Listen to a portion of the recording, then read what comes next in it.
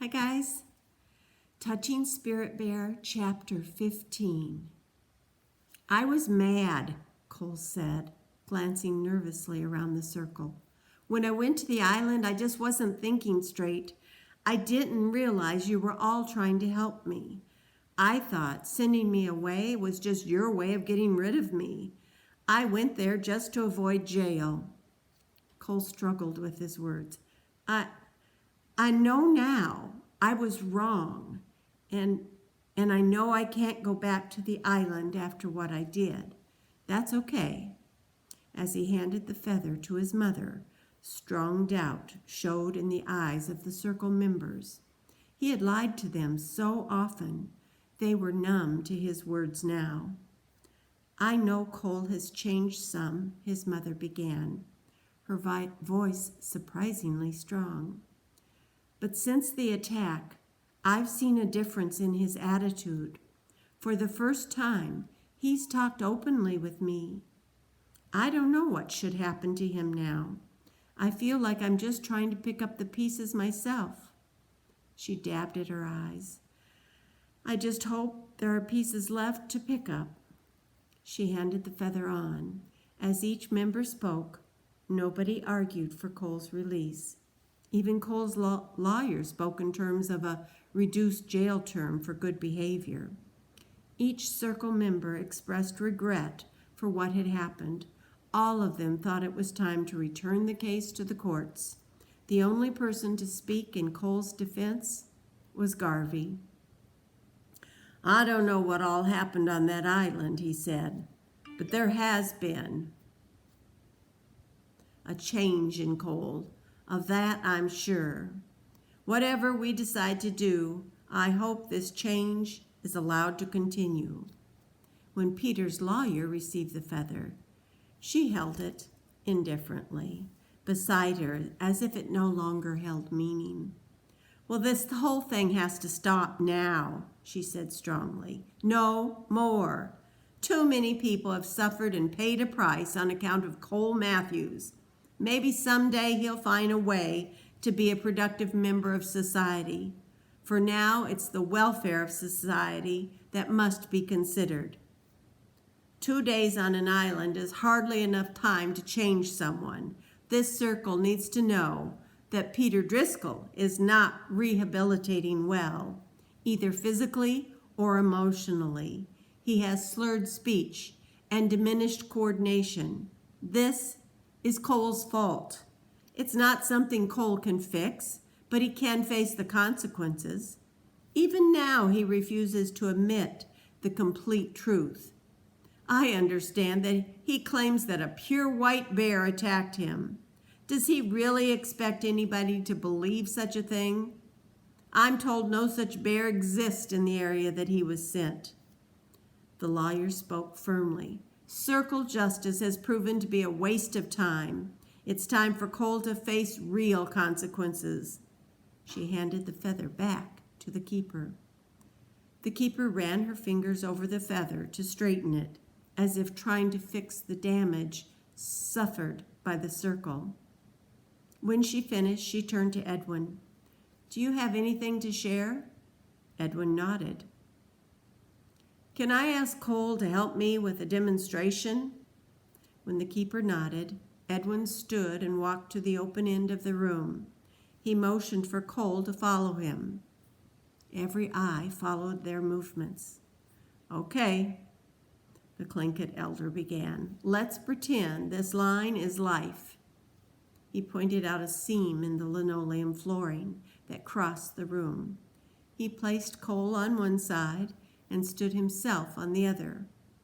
Cole and I are going to walk the length of this line as if going through life together. This line represents a bad path that I want Cole to move away from. I have 2 ways to get him away. Edwin began leaning into Cole as they walked forward. Cole instinctively pushed back. They walked forward, pushing on each other harder and harder, and soon they were both struggling. When they reached the other end, Edwin had succeeded in pushing Cole only a couple of feet away from the line. Breathing hard, Cole eyed Edwin with distrust. Okay, let's walk the other direction and try to do the same thing, but in a different way, Edwin said. As Cole turned suddenly, Edwin rushed at him and shoved him hard with both hands. The push sent Cole sprawling to the floor, yards away from the line. Startled, Cole scrambled to get to his feet. Edwin offered a hand and helped him up. Cole fought the urge to hit or shove the elder. "You caught me off guard," he said. Edwin smiled slightly. "Yes, life does that a lot." He turned to the group. "People change two ways, with slow, persistent pressure, or with a single and sudden traumatic experience. That's why people often change so much when they have a near-death experience. I believe that something significant happened to Cole on the island. 6 months ago, he would have come up off of that floor swinging after a push like that." Edwin paused, rubbing his rough hand over his stubbled chin. "And yes, maybe people don't change completely overnight, but I do believe they can change direction overnight. Facing in a new direction is the first step of any new journey." "But how can we be sure Cole has found a new direction?" the keeper asked. "We've heard this claim before. He still claims he saw a white bear. Isn't that proof that he is still lying to us?" Edwin turned to Cole as they returned to the circle. "Did you see a spirit bear?" Cole thought a moment. He could lie, and they would all believe him. Or he could tell the truth, and they would all think he still lied. "You don't need to think about the truth," said Edwin. "I saw a spirit bear, and I touched it," Cole blurted out. A thin smile pulled at Edwin's lips. "Well, that should be all the proof you need," exclaimed Peter's lawyer, although she no longer held the feather. "That should be the last time this circle needs to sit here and listen to lies." Edwin spoke. 3 weeks ago, the crew of a fishing boat returned to Drake, claimed they had seen a white bear on an island near where Cole was banished. I might have questioned the report if one of the crew hadn't been Bernie. "Who's Bernie?" asked the keeper. Edwin waved a hand. "Oh, just a friend. But I've known Bernie my whole life, and he's not a man to lie. I don't care if there's a black bear, a white bear, or a yellow one with green polka dots," said Peter's lawyer. "What matters is that Cole broke his contract with the circle, and now it's time for him to pay. We give him chance after chance after chance, and at the same time we tell him he has to face the consequences of his actions." The lawyer raised her voice almost to a shout. "No more chances!" Cole breathed slowly. He felt strong enough now to face whatever happened. He was strong enough to not blame anybody else. He could admit that he was no longer in control, and he knew he could tell the truth. But could he control his anger? Even now it smoldered. The keeper spoke with a rigid voice. "Well, we can't just build another cabin, buy more supplies, and start over as if nothing ever happened. Circle justice isn't blind. It is about facing consequences." "Well, why don't we just send him away to Disney World for a year?" said Peter's lawyer sarcastically.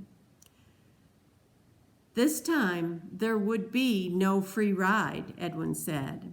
"If we sent him back to the island, Cole would have to build his own cabin and pay for every penny of the supplies by selling things he owns and values. It would be much harder than before." The keeper spoke with resignation. "We have no way of knowing if Cole is over his anger." Cole motioned for the feather. "I know I had a chance once, and I messed it up, so I don't expect to go back to the island." He shook his head. "Edwin told me once that anger was a memory never forgotten. And he's right. When I was mauled, I didn't get over my anger. I still feel it now, even now, sitting here in this chair. But I've also learned it takes a stronger person to ask for help and to tell the truth. And I am telling the truth when I say I saw a spirit bear. During the following weeks, Cole mentally prepared himself for the inevitable. He imagined attending a trial and hearing the verdict, guilty. He imagined being led in handcuffs from the courtroom and for the first time being locked into a real jail cell. The hardest thing was to imagine being locked up day after day, week after week, month after month. While Cole worked through his feelings, he exercised. For long hours each morning and evening, he lay on his small bed, swinging his arms and legs, arching his back, and stretching to keep his body from stiffening. Midday, he worked out on weights in the center group area. He found himself growing stronger, and he found that when he had angry thoughts, he could exercise himself into a sweaty frenzy until pain from his joints drove away his thoughts and left him spent. No amount of exercise, however, could bring strength back into Cole's right arm and hand. It was all he could do to lift a shirt. Garvey explained to Cole after the second gathering that the circle would continue meeting without him. He wouldn't say exactly why, but he did say that Edwin had remained in Minneapolis to attend the meetings. During the next 2 weeks, Edwin stopped by to visit several times. He never said much, but he studied Cole the way a person looks at a chessboard, planning the next move. When he spoke, he asked pointed questions without explaining himself. After each visit, he left without saying goodbye. All he ever mumbled was, "Gotta go." Nathaniel Blackwood stopped by unexpectedly one day to announce that he would no longer be Cole's lawyer. Cole's father had refused to pay additional legal fees, and now a public defender would be assigned. Barely 2 days later, Garvey and Edwin stopped by together. They sat down on Cole's bed and stared at him. "What are you staring at?" Cole asked. "So, you think you've changed, huh?" grunted Edwin. "Well, what difference does it make?" said Cole. He looked down at his feet. "I feel different." "How so?" said Garvey. "It's hard to explain," Cole said. "Well, you better try." Edwin's voice left no room for discussion. Cole quit trying to think of answers with his head, and instead he let his feelings answer. "After I was mauled, when I thought I was going to die, I felt like just a plant or something, like I wasn't important. I didn't know why I even existed. That scared me. I know it doesn't make any sense, but I realized that I was dying and I had never really even lived. Nobody trusted me. I had never loved anybody, and nobody had ever really loved me." Edwin and Garvey exchanged a glance. "And so how did that change things?" Garvey asked. "I don't know," Cole said, emotions welling up from deep inside. "I really don't know. I just know that my dad's not going to ever come back to say he's sorry. And even if he did, he couldn't change what he did. He couldn't take away the memories." "So you think this is all his fault, huh?" asked Edwin. "No," said Cole, his voice trembling. "Mom said his parents beat him up too. I don't know where the anger all started. All I know is I don't ever want to have a kid and beat him up." Cole wiped at his eyes. "Well, what makes you think you're better than your dad or his parents?" asked Garvey. "I'm no better," Cole said. "I'm worse. Dad never ended up in jail." "Not yet," Garvey said. So, if you are worse, what makes you think things can be different for you? Cole swallowed hard. Well, maybe they can't be. Maybe I'll never change. All I know is that things happened on the island that I can't explain. I've never been so scared. When Edwin and Garvey didn't answer, Cole found himself irritated. What's with all the questions? He asked. You two are wasting your time now. Are we? Edwin asked. Cole fought back the tears, blurring his vision. You two are the only ones who ever cared about me, he blurted. And it's not like I don't appreciate what you're doing, but I screwed everything up. I'm going to jail. Can't you see that? Why don't you just leave me alone now and quit wasting your time? Garvey cleared his throat strongly and rubbed at his neck. Edwin and I are probably the two biggest fools alive.